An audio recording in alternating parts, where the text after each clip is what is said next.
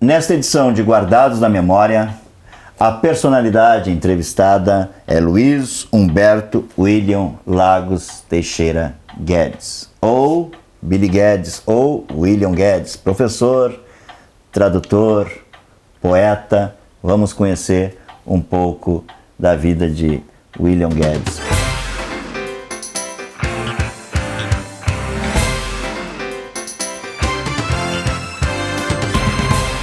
É um prazer tê-lo no nosso programa. Prazer é meu, Vladimir. E vamos então começar... Embora não ache que eu seja suficientemente importante para entrar nisso. Não, tu és muito importante para Bagé e eu sei disso. Tá bom. E Bagé sabe disso. Tu nasceu em Bagé? Nasci no salão de honra lá da Santa Casa, porque não tinha lugar para minha mãe me dar luz. Então foram me colocar no salão de honra. Santa Casa e Caridade. Santa Casa e Caridade. Colocar na mesa do salão de honra para minha mãe me dar luz. Tu és filho de... Alaide Lagos Guedes, minha mãe, e Antônio Joaquim Teixeira Guedes. Que é o reverendo Antônio Guedes, bastante conhecido. Exatamente. Em Bagé, da Igreja Episcopal, reverendo que tem uma história longa. Tu nasceu e é criado no centro de Bagé. Exatamente, na Marcha Floriano 1039. Estudando no... Eu estudei no Silveira Martins e depois no Estadual. E depois eu me formei na Urcamp, fiz vários cursos lá, fiz 7 pós-graduações, nunca fiz mestrado, que naquele tempo não era necessário, e não acho que seja necessário agora. Por que tu não acha que seja necessário? Desculpa fazer essa pergunta. Porque eu tô com 72 anos, o que eu vou fazer agora? Ah, tu não acha que seja necessário para ti? Claro, para mim. Eu pensei que não era necessário. Para mim. Certo. O que serve o mestrado ou doutorado ensinando para uma carreira acadêmica? Não é? Coisa que eu não vou fazer mais, né? Não fiz e não vou fazer mais. Tu tem uma produção bem interessante de poemas, né? Sim, eu tenho cerca de 25 mil poemas, a maior parte sonetos. No Recanto das Letras, tu pode encontrar pelo menos 20 mil. Recanto das Letras é um site, para quem não sabe. E além dos sonetos, eu faço muitas histórias de fadas em versos. Mas isso não é soneto. E qual é o teu estilo, assim, depois? O que tu falou soneto, mas um estilo de temas, em assuntos? Porque eu já li extremamente variado. Extremamente variado, a inspiração vem pronta, eu escrevo o que me vem à cabeça, eu não decido escrever isso, eu vou escrever aquilo. Né? Tá pronto, eu chego e eu rascunho pelo menos 3 poemas, ou 3 sonetos, ou de uma parte de uma história, pelo menos 3 por dia. Quer dizer que nessa altura eu devo ter uns 25 mil mais ou menos. E essa origem, assim, do ser poeta? Eu comecei corrigindo poemas de outras pessoas, adolescentes em geral, que me apresentavam para me dar opinião. Então eu corrigia dentro dos padrões dos grandes poetas brasileiros. Né? Castro Alves, Raimundo Correia, assim por diante, né? Então... Mas como professor, como consultor mesmo. Eu não era professor nessa época, eu era adolescente. Ah, porque era adolescente. Era adolescente. Adolescente que vinham até Agora eu decorei muitos poemas. Né? Decorei Castro Alves, decorei Camões, decorei Guimarães Júnior. Né? Então, segui dentro desses padrões, eu corrigia a métrica, a rima, o ritmo e a cesura, que é a divisão aquela que tem no meio de cada verso. Não é censura, como o pessoal pensa. Cesura. É a pausa para a respiração, a cesura, o corte. Da mesma forma que cesárea, né? Cesárea também é o corte do ventre, né? Vem de latim cerere, né? A tradução está falando da literal dela. Exatamente, é corte. Por que une com César?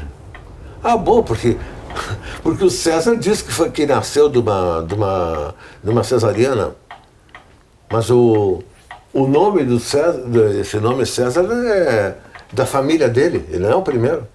Sim, tem toda uma... Exatamente, mas o cesárea significa corte, o corte do ventre. E cesura é o corte no meio de cada verso. E necessariamente, falando disso, nós temos que falar do tradutor William Guedes. E é isso que nós estamos nesse momento. Né? Eu traduzi 310 livros. Do alemão, francês, italiano, espanhol e inglês, que é a maioria. Hoje mesmo eu ia mandar uma tradução para São Paulo. Nós estamos em dezembro, hoje dia 18 de dezembro de 2015. Eu ia mandar uma tradução para São Paulo, que eu fiz por inglês, tradução para o inglês. de um autor brasileiro, chamado Walter Barreto, e eu ia mandar, mas com esse negócio todo da tempestade eu não cheguei a mandar ainda. É um dia bem chuvoso e bem exatamente. pesado hoje. Mas está pronto, já revisei ontem. Com essas são 310. 310, e tu tem muitas histórias que tu traduz que já são bem famosas. Eu lembro que uma ocasião eu conversei contigo, tu estava fazendo uma daquelas histórias de fábulas, e não lembro se era o Chapeuzinho Vermelho que tu estava traduzindo. Traduzi, Chapeuzinho Vermelho, traduzi. Que até eu achei interessante que tem um outro nome, como é que é o nome mesmo? Não é Chapeuzinho Vermelho, era...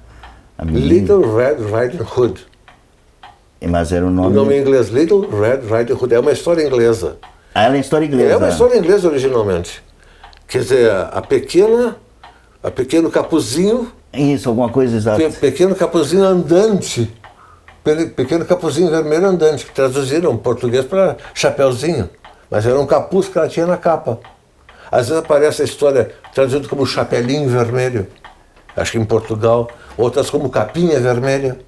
Capinha Vermelha, já tinha visto. Exatamente, agora para nós é Chapeuzinho Vermelho, né? Little Red Riding Hood. Porque essas histórias ali da Europa, essas fábulas, ou épicos, enfim, tem que ter um conhecimento também daquela cultura deles ali, daquelas florestas, daqueles frios, daquela... E como é que o William Guedes se insere nessa história? É a literatura? É o mergulho?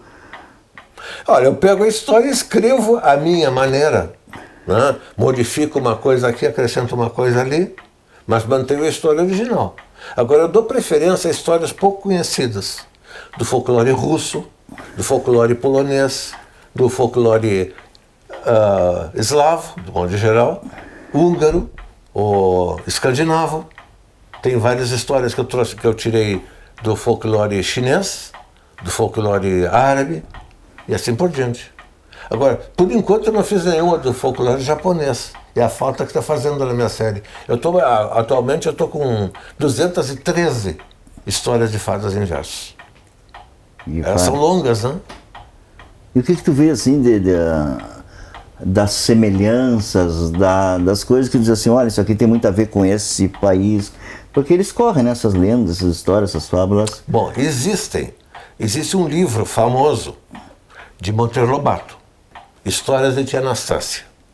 Monteiro Lobato, inclusive, tem sido muito massacrado ultimamente como racista, mas é exatamente o oposto. Qualquer pessoa que tenha lido Negrinha, de Monteiro Lobato, sabe que ele era exatamente antirracista. Né? Ele conta o martírio de uma criança, assim por diante. E Histórias de Tia Anastácia, né, é a empregada negra que conta as histórias do folclore. E todo mundo está de acordo com ela, respeita ela, menos a filha dela, que é a boneca. A boneca Emília, que foi feita pela Tia Anastácia, então é filha dela. Então é a filha da negra, que se considera branca, que é racista. E aí todo mundo repreende quando ela fala. E o Monteiro Lobato utiliza esse exemplo da boneca branca feita pela negra justamente para impor o antirracismo. É muito errada essa tendência de achar que o Monteiro Lobato era racista, muito pelo contrário. É uma polêmica grande isso aí. Eu peguei esse livro, As Histórias da Tia Anastácia, e dele tirei aproximadamente 35 histórias que eu já coloquei em versos. Inclusive histórias do folclore, histórias do jabuti, histórias da raposa e assim por diante. Está tudo nesse livro, nas Histórias de Tia Anastácia. E nas próprias traduções que tu faz, etc., tu deve encontrar, porque se tu faz a tradução de um livro de 1800, vamos dizer, do século XIX... Até do século XVIII. Eu traduzi Victor Hugo, eu traduzi Balzac. E é uma realidade que tu vai encontrar coisas ali que hoje o nosso politicamente correto, vamos dizer assim... Sim. Não, inclusive, o meu filho, o Abner, ele ficou com minhas aulas de inglês na universidade, depois que eu me aposentei. E ele vem aqui todos os sábados, nós ficamos traduzindo livros para a aperfeiçoar o inglês dele. E nós estamos justamente traduzindo As Aventuras de Alan Quatermain, de Rider Haggard. E esse livro é bem racista. Bem racista, mas é interessante que ele sempre mostra determinados negros como guerreiros, como sendo melhores do que os brancos. São os melhores. Nesse livro, por exemplo, Umslopogaas, é um Zulu, um guerreiro Zulu, que é o melhor guerreiro entre eles. Mas os outros ingleses que estão com eles são racistas. E não é só racista com relação ao negro, é racista com relação aos outros brancos que não são ingleses. Porque naquela época, na metade do século XIX, a Inglaterra, que era o grande país, né? Inclusive, os americanos eram considerados como mestiços de índio. Né? Havia um grande racismo nessa época. Né? Embora não fosse mais colônia, mas era considerado, era a nossa colônia. Né? Exatamente.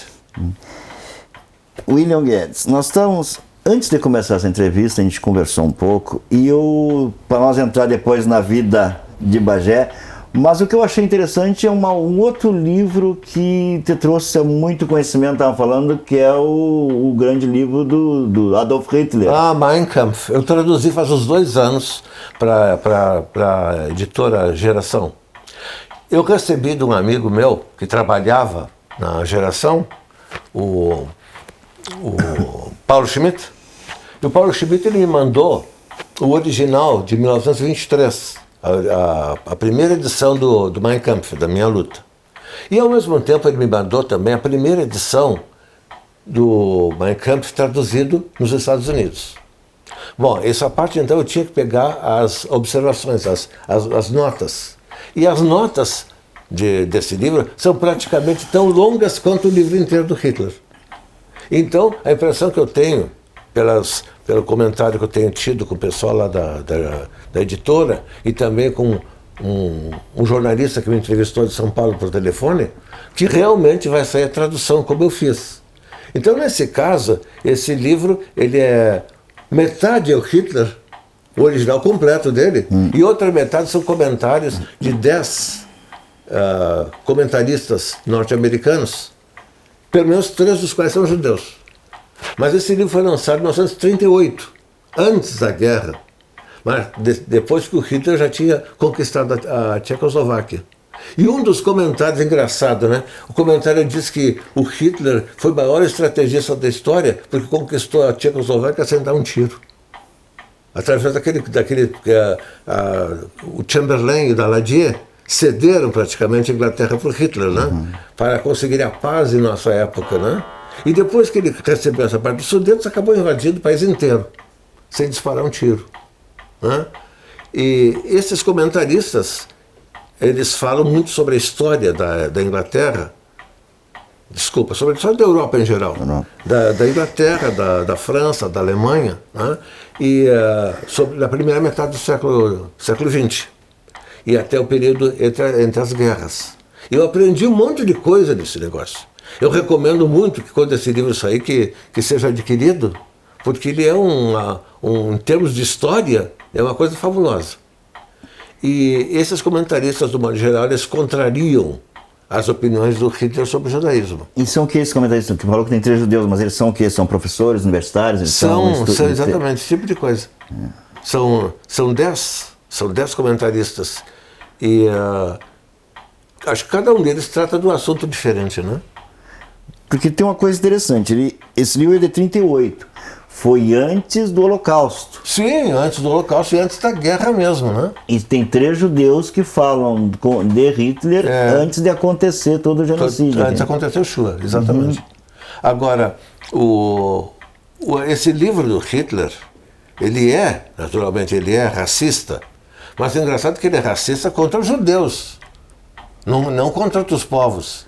Ele não é racista contra os japoneses ou chineses, não é racista contra negros, ele é racista contra os judeus que ele considera o grande mal da humanidade.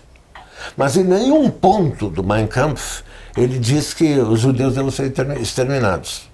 A ideia do extermínio partiu basicamente do Himmler, que era o chefe da SS. A SS era... A Schutzstaffel tinha sido criada como uma divisão de combate de elite. Então o Himmler criou uma parte dela, se transformou num grupo de extermínio. E não tem nenhum ponto do livro do Hitler que ele se refira a exterminar os judeus. Ele quer eliminar da Alemanha. Eliminar da Alemanha quer dizer... Retirá-los para fora. Eu não sei que eu não estava lá, né? Mas consta que o grão-mufti de Jerusalém, esteve, em 1941 ou 42, esteve na Alemanha. E como havia uma ideia de mandar os judeus para a Palestina, ele pediu encarecidamente que não mandasse, porque ia ser para criar para ele um problema. Os alemães se livravam do problema dos judeus e criavam um problema para eles, palestinos. Então diz que a ideia mudou completamente a partir daí. Agora, uma pergunta que me fez esse jornalista de São Paulo.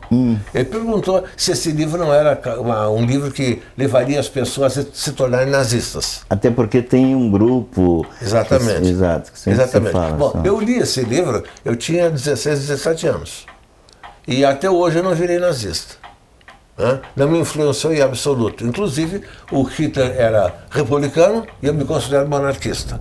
O Hitler era contrário ao parlamentarismo e eu sou parlamentarista. Quer dizer que a influência que o Hitler teve sobre mim foi absolutamente nada, absolutamente nula.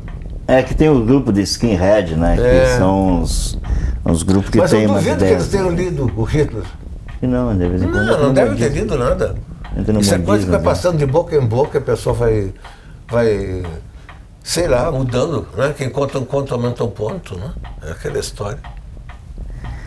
William Guedes, tem como professor, não sei se como administrador, mas como professor, a Cidade dos Meninos. Sim, eu sei. Onde tu lecionou lá por um bom tempo. Eu dirigi uns quantos anos lá. Dirigi uns quantos anos e tinha uma porção de oficinas. Era na zona norte, só para esclarecer o pessoal, que na zona norte da cidade. Então tinha uma porção de oficinas e tinha internos e externos. E tinha curso diurno e noturno para adultos. Bom, e essas oficinas eram para ensino. Havia produção, mas a produção era muito limitada. Então, durante anos, com as minhas traduções, eu sustentei a Cidade dos Meninos. Quando eu saí de lá, tinha 170 internos.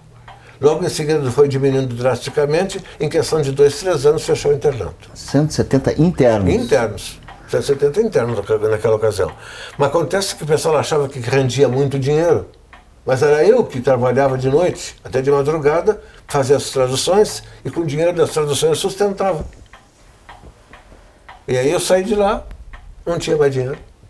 E lá era assim, como é que é? O pessoal de manhã tomava café? Sim, claro. Depois tinha aula? Exatamente. Tinha um período que frequentavam as oficinas e outro período que frequentava a escola. Que tipo de oficina? O que é que tinha lá? Tinha a marcenaria, que era aliada à carpintaria. Tinha uma sapataria. Tinha a gráfica. Tinha a olaria.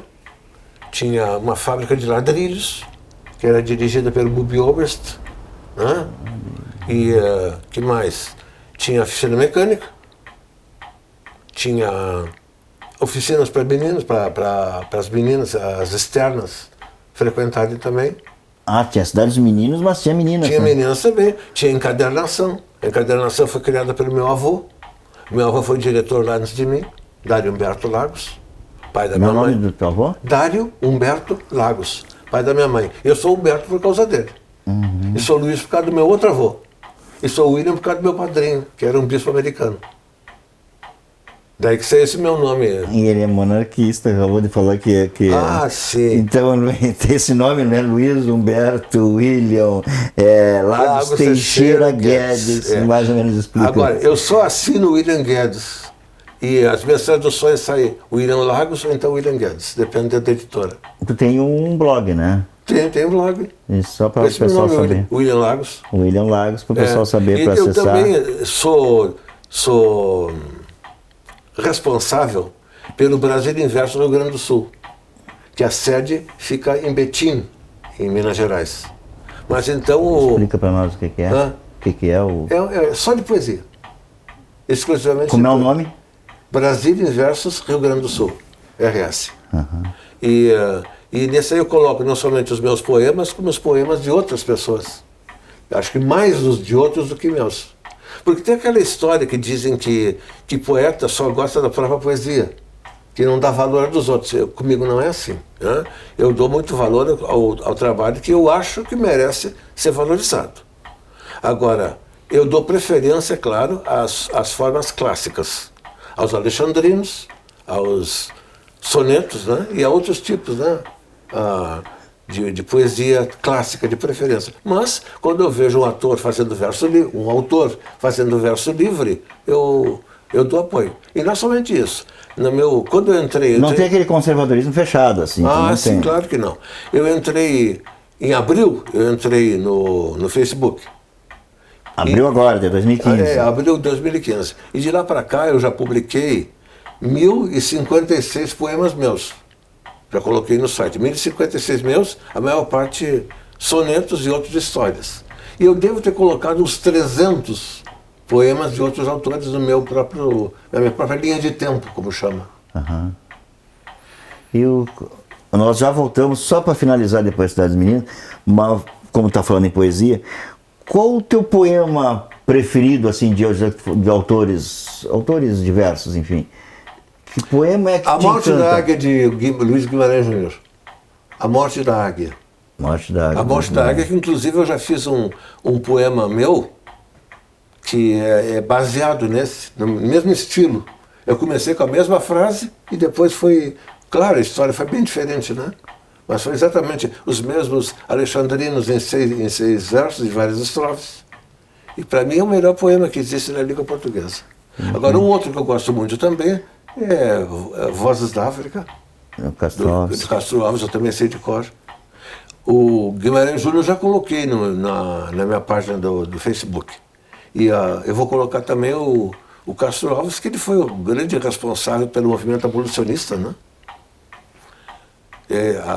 São uma série de 3 poemas que ele tem, né? Agora, para mim, Vozes da África é o mais bonito de todos. É interessante, já vi. Ele tem o Navio Negreiro também, né? Quais são os 3? Navio Negreiro, Eu não me lembro Voz da África. Eu não me lembro qual é o terceiro. Não, Navio Fantasma, tem um que é... Não estou lembrando agora. Voltando então ali para a Cidade dos Meninos, estava falando, essa formação desse pessoal todo, etc., tu deve ter visto esse resultado, encontrado hoje gente que está casada, que tem filho, claro, talvez neto, esse contato. Com frequência eu encontro ex-alunos, tanto lá da Cidade dos Meninos como da faculdade. Aliás, existem mais ou menos uns 200 ex-alunos que são meus web amigos no Facebook. Sei. Né?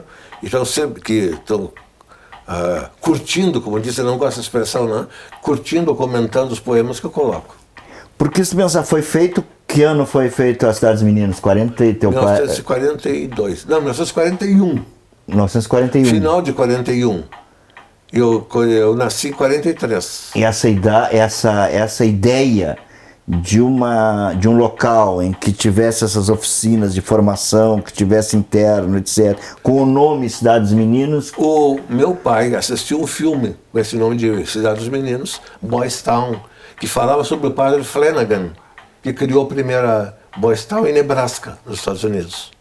Então ele teve a ideia e conversou com alguns amigos, especialmente com o José Gomes Filho, coisa que vale, que cedeu uma parte do terreno que lá. hoje é o nome da escola lá, né? Exatamente. Uma parte do terreno das Cidades dos Meninos foi cedido pelo José Gomes Filho e em seguida fundou. Agora, antes disso, em Araras, uma outra Cidade dos Meninos também, da Igreja Episcopal, foi fundada, que funciona até hoje. Agora, a Cidade dos Meninos aqui de Bagé, infelizmente, fechou depois que eu saí de lá. Passaram mais uns 3 ou 4 anos. Que ano foi isso? Eu não me lembro mais quando eu saí de lá. Já faz uns quantos anos. Mas a base de tudo isso, quando teu pai criou, etc., era a Igreja Anglicana, a Igreja Episcopal. Exatamente. Havia uma organização chamada Legião da Cruz, que é a entidade mantenedora. Que é a mais famosa, pelo menos a Igreja Central, é a conhecida em Bagé como a Igreja do Crucificado, que fica ali na Marechal Floriano. Existem 5 igrejas aqui em Bagé, que é a Crucificada, a Crucifixão, São Lucas, Santo Estevão e... qual é a outra? Um outro santo que eu não me lembro o nome agora. Vamos lá, então. Uma fica ali na Marechal Floriano que eu falei, outra fica lá na próxima rodoviária, ali, né, da rodoviária de Bagé. Tem outra lá perto do campo do Bagé, do campo esportivo Bagé, ali no Menino Deus, que é a São Lucas, né? Isso. Tem uma que fica em São Judas Tadeu. Que é a da Santo Estevão? Não é. Não me lembro mais qual é que está lá. Mas tem Santo Estevão também, né? Tem, mas Santo Estevão, hoje em dia, é o lar. O lar da criança Santo Estevão. Santo Estevão, exato. É São Felipe e São... Ah, São Felipe que não. São Felipe, que acho que fica em São Judas Tadeu. E agora me esqueci o nome da outra. É um santo também. Tá. Mas É que a igreja anglicana pessoas- adota os santos, mas não adora, né? Apenas venera. É a diferença, né? Ah, ela tem. Enquanto a igreja católica adora mais os santos e a Virgem Maria do que o próprio Deus, né? Quando é O que pessoal reza muito mais para a Virgem Maria e para os santos que para Deus. a igreja episcopal, a igreja anglicana, veio para Bagé em que ano? Já me disse, faz mais de. Foi em 1891, parece que foi. Logo após a República. É. Foi o reverendo Guimarães, Antônio José Lopes Guimarães, que fundou, não, me enganei, foi em 1901. Ele fundou a igreja em 1901 e a família dele continua aqui em Bagé, os descendentes dele. Ele entrou na igreja anglicana em São José do Norte. E de lá, então, ele se tornou ministro e missionário. E essa obra, no caso dos Estados Meninos, que o Esse foi meu pai que fundou. teu pai que fundou, mas com esse apoio todo É, da igreja anglicana. É, exatamente, com a Legião da com a Cruz. Legião da Cruz, que foi fundada também aqui em Bagé, né? Foi fundada também aqui em Bagé. Então, foi havia a Cidade dos Meninos, havia o Lar Santo Estevão, que hoje em dia a vereadora Sônia Leite se encarregou, havia o Albergue Noturno, havia o Lar de Velhinha São Paulo, né? E depois foi adquirido Melanie. Melanie Granier, escola. Exatamente. Melanie Granier. Tudo pertencia a... Chamava ginásio antigamente. É, exatamente. Que hoje em dia o Melanie Granier continua pertencendo à igreja episcopal, mas a paróquia de Erechim. Interessante isso, a paróquia de Erechim. Erechim comprou. Tu tem umas inserções, William Guedes, no teatro. Uhum. Eu sei que tu. Eu trabalhei em umas quantas peças e dirigi umas outras tantas, né? Por Em exemplo? geral, ela apresentava no palco lá da igreja, que eu sei Ricardo mesmo. Acho que acho que a que foi teve mais sucesso foi já estou com a boca seca. Barbeiro de Sevilha, do Beaumarchais, que eu adaptei. E Que aliás, isso aí, eu lembro do Barbeiro os de Sevilha. alunos da Cidade dos Meninos que apresentavam, né? Barbeiro de Sevilha é uma peça difícil de fazer. Exatamente. Aliás, tem uma história interessante Claro. até do Só que Beaumarchais. naturalmente eu não fiz o pessoal cantar toda a ópera, né? Eu colocava trechos cantados e a maior parte era falada, né? Em português. Mas fiz umas quantas com eles. E essa forma didática do teatro, como é que tu vê isso de conseguir fazer com que meninos internos Internos e externos. Externos, exato, Sempre havia meninas também. Exato, mas numa instituição em que eles sabiam que teriam oficinas, que teriam uma profissão, que teriam que buscar isso, e essa forma Era didática uma de usar forma de dar cultura, de desenvolver a autoestima, né? Que o camarada se apresentando no palco, tendo sucesso, desenvolve a autoestima, é claro, né? o palco faz isso. Inclusive, teve certas pessoas que seguiram, por exemplo, o Euclides, né? O Euclides seguiu no teatro durante algum tempo, agora está aposentado já. Que é professor de artes. Exatamente. Euclides. Estou tentando lembrar o sobrenome do. Quanto à música, por exemplo, que havia um coral muito grande, que tinha 250 vozes, né? O Renato Paim seguiu o caminho, que depois ele esteve na banda do quartel, e agora está aposentado O também. Renato Paim, que é professor no IMBA. Exatamente. Que agora há pouco eu vi ele nos pianistas de Bagé. Exatamente. O José Armando Carreta também fazia parte do nosso coral. E continua, né? Flautista. Professor de flauta. Professor de flauta, exato. Conhecidíssimo, Zé Armando Carreira. Exatamente, um grande rapaz. Exato. Uma grande pessoa. E tu já fizesse Jesus Cristo 7 vezes. 7 vezes. 7 vezes quando eu tinha cabelo comprido era mais magro. E era mais magro, é bom, mais novo. Inclusive, né, é bom constar que na parte da ascensão, eu tinha que subir naquela coisa da prefeitura. É um muque, um caminhão muque. Exatamente. Eu subia naquele negócio, tinha que ficar completamente solto lá. É o Jesus Cristo, a Assunção E de quem Jesus. é que segurava a minha tanga para não cair?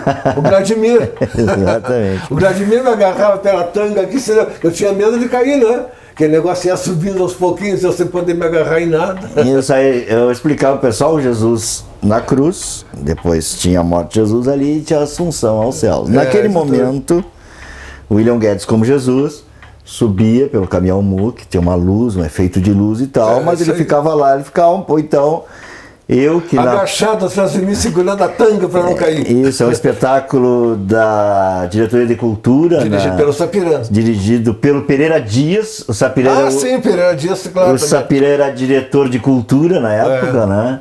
Isso, e conseguimos reunir 120 pessoas entre figuração e elenco na Praça Esporte. Em 1986 e 1987, se eu não estou me enganando com a data, mas exato, em que a gente teve um apoio muito grande da comunidade, porque tinha figurino, porque tinha música, porque tinha todo um elenco, tá? E o Pereira Dias, que dirigiu muito teatro e cinema em Porto Alegre, e veio a Bagé para dirigir esse espetáculo de rua, que é diferente de dirigir um espetáculo com tanta gente assim e tal. E outra pessoa que fazia parte era o Tadeu. O Tadeu fazia Judas. Fazia Judas. O Tadeu Melo. Depois disso, já seguiu uma série de apresentações através do Brasil. Tadeu Melo, que fez o Judas Iscariotes muito Exatamente. bem. É um grande ator, o Tadeu, grande ator e um grande diretor. Mas não, foi a primeira vez que foi Jesus, foi a 7ª. Pois é, tu fizesse outro espetáculo. 3 vezes eu fui Jesus no pátio da frente da Igreja do Crucificado. E 3 vezes na Praça Central, onde hoje está a estátua de Silveira Martins. Era ali que colocava as cruzes. Vamos ver, né? Tinha esse espetáculo. Promovido por quem esse de São Martinho existiu? Não, era eu que dirigia. Tu mesmo que organizou, tu mesmo produziu isso aí. Dirigi. E tinha mais de 200 figurantes. Nas últimas vezes, mais de 200 figurantes. Eu tinha o Carrasco, era o Olipaiva, que ele me chicoteava, mas chicoteava com um chicote já molhado de tinta vermelha. Então, ele batia nas minhas costas e ficava marca de sangue, só que era... Né? E para ser crucificado, o prego entrava aqui, pelo meio dos dedos. Tinha o efeito nesse do Sapirã e do Pereira Brito, eu era amarrado na cruz. Mas nos outros eu era crucificado mesmo, né? Só que o prego entrava pelo meio dos dedos. Não furava a mão. Não é como esse pessoal lá das Filipinas que fura os dedos, fura as mãos mesmo, né? Exato. Nesse espetáculo, o que eu participei, que nós conversamos antes, que era na Praça Esporte, e tinha pessoas a Maria Luísa Teixeira da Luz fez uma vez a Maria, e a Sandra Porcino, que no outro ano fez a Maria. Né? Exatamente. Nós tivemos participações com Marcos Urdanis, ou no Senado do Herodes tinha até o Valentim Cassali, que era vereador, estava ali no trono, ali no coisa. Então tinha umas coisas interessantes que havia participação da comunidade, é isso que eu quero dizer com isso, que dava para fazer, só querer dava para fazer, né? Se tivesse mantido uma tradição, exato. Seria bem... Tu entregou um livro agora, estava contando, né? Que quer dizer, está pronto, está por entregar. Está pronto, acabei a revisão do livro ontem, uma tradução que eu fiz para o inglês, que são 320 livros que eu traduzo, e vou mandar agora daqui a pouquinho, agora que parou a chuva, né? Mandar para São Paulo. Esses contatos, sim, é uma coisa que tu já tem. De quanto tempo faz tu traduz? Para editoras, uns 25 anos mais ou menos. 25 anos. Eu comecei com a LPM. O primeiro livro que eu traduzi foi Bonequinha de Luxo, do Truman Capote. De lá para cá traduzi quantidade. Truman Capote que fizeram um filme, né? Do Bonequinha de Luxo, depois fizeram A Sangue Frio, se não me engano. Bom, não sei. Que é o outro dele também, fizeram filme. Mas esse não, eu traduzi foi Bonequinha de Luxo. Truman Capote, que tem umas histórias interessantes, né? Dentro do policial, do jornalismo dele. Mas eu queria falar um pouquinho mais sobre as tuas traduções, porque eu acho que é uma coisa bem interessante que Bagé sabe, mas talvez a gente não saiba, nós leigos, em relação à tradução, de todas umas nuances que tem. Eu não posso chegar e pegar e receber um livro, tu falou em Mein Kampf, por exemplo, ou tu pegar uma fábula lá da Alemanha Central ali, ou desses países, e chegar aí traduzindo. Eu tenho que ter esse conhecimento. Acho que nós começamos lá no início dessa entrevista. É necessário ter um grande conhecimento de cultura geral, porque senão as pessoas fazem bobagem. Eu tenho encontrado cada bobagem em traduções que é de tirar o chapéu. Inclusive, às vezes, o revisor modifica o que está certo. Existe uma... O revisor modifica o que está certo? Modifica. Teve uma tradução que eu fiz num lugar, o autor escrevia que as pessoas estavam sentadas sobre uma lona, que a lona tinha sido colocada sobre o gramado, para não estragar o gramado. E aí o tradutor, o revisor me colocou sob a lona. Coisa absurda assim, né? Sim. Mas não veio ao caso muito mais isso. Eu tive vários problemas com revisores, né? Não faz muito eu vi uma tradução que não é minha. Inclusive eu escrevi para a editora, mas não quiseram aceitar minha observação, que colocaram os oficiais do exército inglês entrando em combate com bengalas. Na verdade não eram bengalas, eram bastões de comando. Acontece que o tradutor errou e 4 revisores mantiveram o mesmo erro. Como se os oficiais de infantaria estivessem andando de bengala contra a metralhadora. Eles tinham bastões de comandos, qualquer pessoa sabe disso. E a palavra era batom, e traduziram batom por bengala. Umas coisas assim absurdas. Mas se chegar a editora e dizer assim, ó, te ligar ou te mandar um e-mail, não sei como é que é o contato, mas não importa isso no momento. Chegar e dizer assim, eu quero nós estamos pensando em traduzir, etc. Divina Comédia, por exemplo. Vou da Divina Comédia ao filme, ao livro, esse aí que estão fazendo aí, desses vampiros, etc., da moda aí, sabe, né? Que tem uma linguagem mais jovem, tem uma linguagem de um momento, etc. E o Divina Comédia que é um clássico. Quando no momento tu aceita, tu mergulha, por exemplo, a Divina Comédia mergulha na mitologia, nas mitologias, no caso ali, né? No caso da Divina Comédia não é tanto mitologia, é conhecimento da história italiana dos séculos XII e XIII, que é o que ele cita mais. Muito menos a mitologia. Eu citei mitologia, mas tu vai aprofundar, o também tem mitologia. Pegou todos os inimigos dele e colocou todos no inferno. Todos os inimigos e os que eram contrários aí na política. O Diário acabou de fazer isso num filme dele, Desconstruindo o Réu, ele fez também, botou os inimigos dele lá no inferno.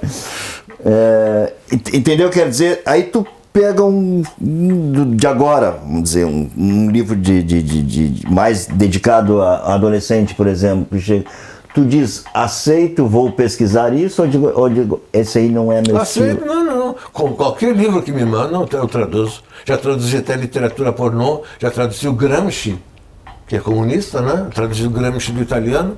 Literatura pornô traduzido francês, vários livros, para a EPM. Esse do Gramsci foi para Artes Médicas do Sul. Eu pego o que apareceu, eu traduzo. A responsabilidade do tradutor é apenas ser exato na tradução. Exato, mas não literal. Porque se o camarada faz literal, sai porcaria.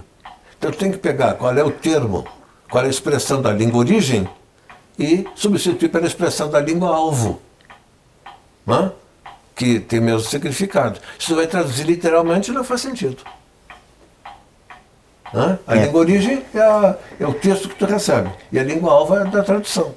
Então, normalmente a língua alvo, para mim, é o português. Mas com frequência, minha língua-alvo foi o inglês, o francês e mais raramente italiano, espanhol ou alemão. Mas quase sempre, eu tenho acho que uns 20 livros traduzidos para o inglês. Pelo menos 3 foram publicados na Inglaterra, que eu saiba.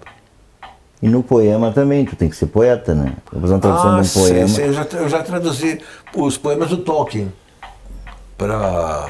qual era a autora? Para Marcos Fontes. Os poemas do Tolkien eu traduzi. E traduzi também poemas de Victor Hugo. Também. Poemas? Poemas, mas poema é muito raro aparecer, né? Quase sempre é literatura. Como é que está o mercado de poema? Tu que é poeta? Todo mundo diz que não vende, né? Literatura não vende, né? Quer dizer, o livro meu mesmo... Eu estou te perguntando, porque meu mesmo só tenho publicado um. E esse livro que eu publiquei, que foi o Horóscopo Cigano, eu publiquei porque a editora assumiu todas as despesas, inclusive de distribuição, e ainda me deu 10% do preço de capa. Não me custou um tostão. Eu acho que ela teve prejuízo, coitado. Acho que ela não conseguiu. Porque ela pretendia, inclusive, apresentar esse livro muito bem apresentado, a parte gráfica. A parte gráfica muito bem apresentada, ela pretendia apresentar num concurso que havia em Porto Alegre, mas ela perdeu o prazo. ou a gráfica, né? Perdeu o prazo, então eu não consegui apresentar. O que fala esse livro? É o horóscopo cigano. Sim. É o horóscopo cigano. Para não explicar para o pessoal em casa. Eu fiz em formato de soneto. Foi lançado... Há 2 anos atrás. Não, mais 4. Uns 4 anos atrás. Eu me lembro que eu cobri, saiu no jornal. Exatamente. Mas eu fiz tudo em formato de soneto, inclusive as datas que abrangiam cada um dos signos, né, então foram inseridas no soneto. Para explicar para o pessoal em casa que ouve isso. E tu encontra isso em banca aqui em Bagé? Não, já está esgotado. Então não foi tão ruim para a editora. Ela vendeu tudo, mas... Mas mais fora daqui, aqui, como é que foi? Acho que foi isso? mais em Porto Alegre que ela vendeu. É, Aqui em Bagé eu sei que ela vendeu no lançamento, vendeu 51. no lançamento. 51 exemplares no lançamento, mas Sim. quantos ela vendeu por fora, não sei. Sim. E esse foi o teu primeiro livro? O único livro só meu. Fora disso, eu faço parte de umas 15, 16 antologias, que eu vou te dar 2 daqui a pouco, tá? Antologias publicadas desde São Luís do Maranhão, outra publicada no Recife, 2 publicadas em Salvador, mas a maior parte em São Paulo ou Rio de Janeiro. Eu tenho... Antologia, sabe como é que é, né? São vários autores. Vários autores, ali tá teu poema. Claro. Eu sei que eu tenho um lá que tem a tua esposa também. Exatamente, a Maritza. A Maritza, exato. A Maritza escrevia muito bem, mas parou de escrever. Agora não está escrevendo mais. Ela está escrevendo faz anos que ela está escrevendo um romance, mas parou. Não foi por parou falta... ou deu um tempo no romance? Não sei. Às vezes isso acontece isso. Não foi por falta de estímulo da minha parte. Inclusive, esse que saiu na antologia fui eu que mandei. E eu mandava uma outra antologia antes disso, aí o autor... Paulão, pega esse relógio aqui, que as pessoas em casa têm que saber que está tocando um relógio, que eu achei muito interessante esse relógio, ele permanece durante toda a nossa entrevista. Certo? Muito obrigado, Paulão. É nosso câmera, para quem está em casa e não sabe, a quem eu estou pedindo fazer esse favor de não mostrar o relógio, para que a gente não interrompa a nossa conversa. Falei na tua esposa Maritza como poeta e tal, mas tu falou que tem teus filhos. Eu queria que tivesse o nome deles, por favor. Tenho 6 filhos. O mais velho, ele é doutor na área de informática, publicou 4 livros e agora está lecionando em Alegrete. Ele lecionava no Mato Grosso, mas resolveu passar para Alegrete e ficar mais perto da família. O nome dele? É Giliano Storvald Araújo Guedes, né? Araújo Guedes. Bom, tem o outro, que é o Abner Giliad, que é professor da Urcamp. E tem a Sylvie Melisande, a Daphne Guinevere, a Sharon Genevieve e a Morgana, a Laura Morgana, que é a mais moça. As 3 meninas já têm mestrado. Menos a Morgana, que a Morgana começou a trabalhar na Receita Federal e não quis estudar mais. Está lá na Receita até hoje. E agora está esperando o neném. Então, já é avô quantas vezes? O Giliano tinha 2 filhos. Tem. Chegou a ter uma outra menina, mas ela morreu ano passado. Ela nasceu com problema no fígado, inclusive ele cedeu uma parte do fígado dele para ela, mas ela não sobreviveu. William Guedes, qual é a tua visão? Como é que tu vê Bagé? Que imagem tu tem de Bagé? O que te vem? Eu não gostaria de me mudar de Bagé, eu gosto muito dessa cidade, sempre gostei daqui. E eu acho as pessoas, o povo do modo geral é muito cordial, né? Acho que o termo seria esse, é muito cordial. E tem um grande número de amigos, tem muita gente que eu não conheço que me cumprimenta. Então, por uma questão de princípio, quando estou andando na rua, geralmente no princípio da manhã ou de tardezinha, quando tem pouca gente, eu cumprimento todo mundo. E mais de metade me responde pelo nome, que eu não sei dizer o nome deles. Grande número foram alunos meus, outros me conheceram de outros lugares, da faculdade, da igreja, assim por diante. Agora, eu gosto muito do povo de Bagé, sempre gostei. Né? E tenho muito respeito por uma série de pessoas aqui de Bagé. Tenho grande saudade de uma série de pessoas que já faleceram também, que foram meus colegas ou meus professores. Por exemplo, o Otto Carvalho. Otto Carvalho, professor. Professor Contreiras, né? O Frei Plácido. Frei Plácido, que inclusive que ele era cantor, né? Eu até escrevi músicas para ele, no tempo que eu compunha, fazia composições clássicas. Ah, tem essa parte nós não falamos, né? Tu também é músico. Eu sei. Eu sei, não, eu quero que o povo... Eu tocava em orquestras, eu tocava violino, eu tocava violoncelo, eu tocava saxofone, mas agora não toco mais. Desde que minha casa pegou fogo em 85, de lá para cá, não escrevi mais música e não toquei mais instrumentos. E qual é a relação, assim, que eu perdi todos os instrumentos que eu tinha. Ah, naquele incêndio tu perdeu ali. Perdi 10 mil livros, perdi 3 mil discos. Então, de lá para cá, só aos poucos eu estou recuperando. Eu devo ter lá em cima talvez 5 mil livros agora. A metade do que eu tinha. A maior parte comprada de sebo. Na parte de cima da casa. Aqui no andar superior. E discos eu devo estar com uns 3 mil de novo, mais ou menos. Entre CDs e LPs. Tem um grande número de LPs comprados de sebo.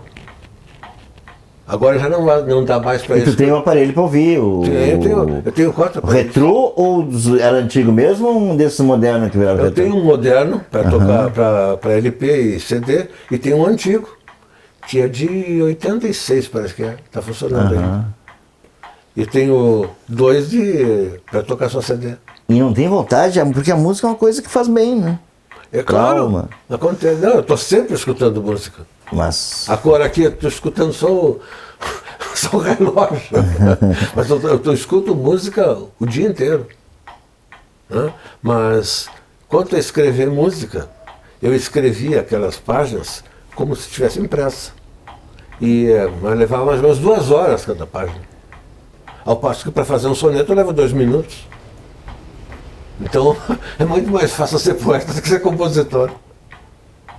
E essa inspiração para te escrever um poema em 2 minutos, você chega em...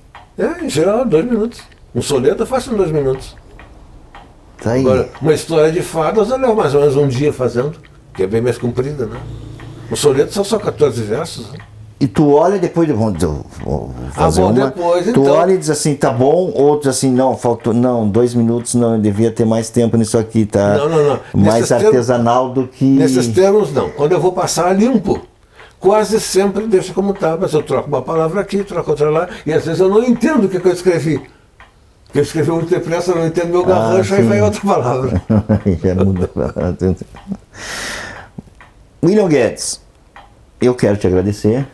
Eu acho que a gente conseguiu, ainda bem, eu acho que a gente, eu acho que a gente conseguiu abranger uma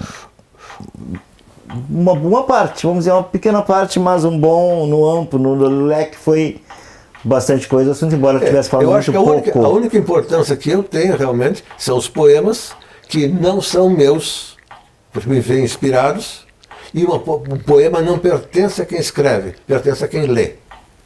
Um poema está morto, como a música está morta, se não for escutada.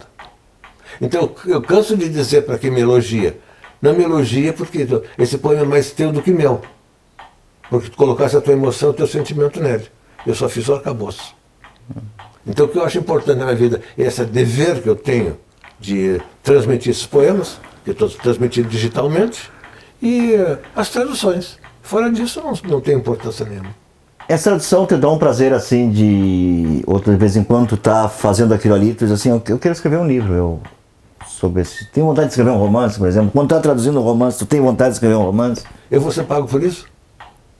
Se eu não vou ser pago por isso, por que eu vou escrever? Depende da inspiração, de repente pode ser muito bem pago se for uma boa história. Mas é muito difícil entrar. Não faz muito eu traduzir para o inglês, para o rapaz aqui de Bagé, o Luciano Lima. Ele escreveu um livro muito bom. E depois disso ele escreveu vários roteiros para cinema, inclusive ele já foi até Los Angeles, apresentou os roteiros dele lá nos Estados Unidos. E parece que um deles vai ser filmado. Mas um livro dele eu sei que foi publicado na Inglaterra. A minha tradução foi publicada do livro dele. E tu falou nessa do cinema, tu também traduzisse o Guri, né, do Zé Cabrito. Sim, eu traduzi. O roteiro do Guri, do Zé Cabrito, eu traduzi para o inglês, francês, alemão, italiano e espanhol. Fiz 5 versões. Assim, inclusive ele utilizou essa tradução na Finlândia, né? quando se apresentou na Finlândia. O Zeca Brito é um excelente rapaz. Coitada da Júlia, está cansada. A Júlia, nossa, que está fazendo assistência e produção aqui. Muito obrigado, William Guedes, Querido, então. eu que te agradeço. Certo, não esquece da minha antologia. Que não, vou buscar agora. Então tá. Guardados da Memória fica por aqui com esta edição, essa conversa bem agradável com o William Guedes, e voltaremos em outra ocasião com um pouquinho mais sobre a nossa história de Bagé, nossa história da região, com personalidades e fatos marcantes. Até a próxima.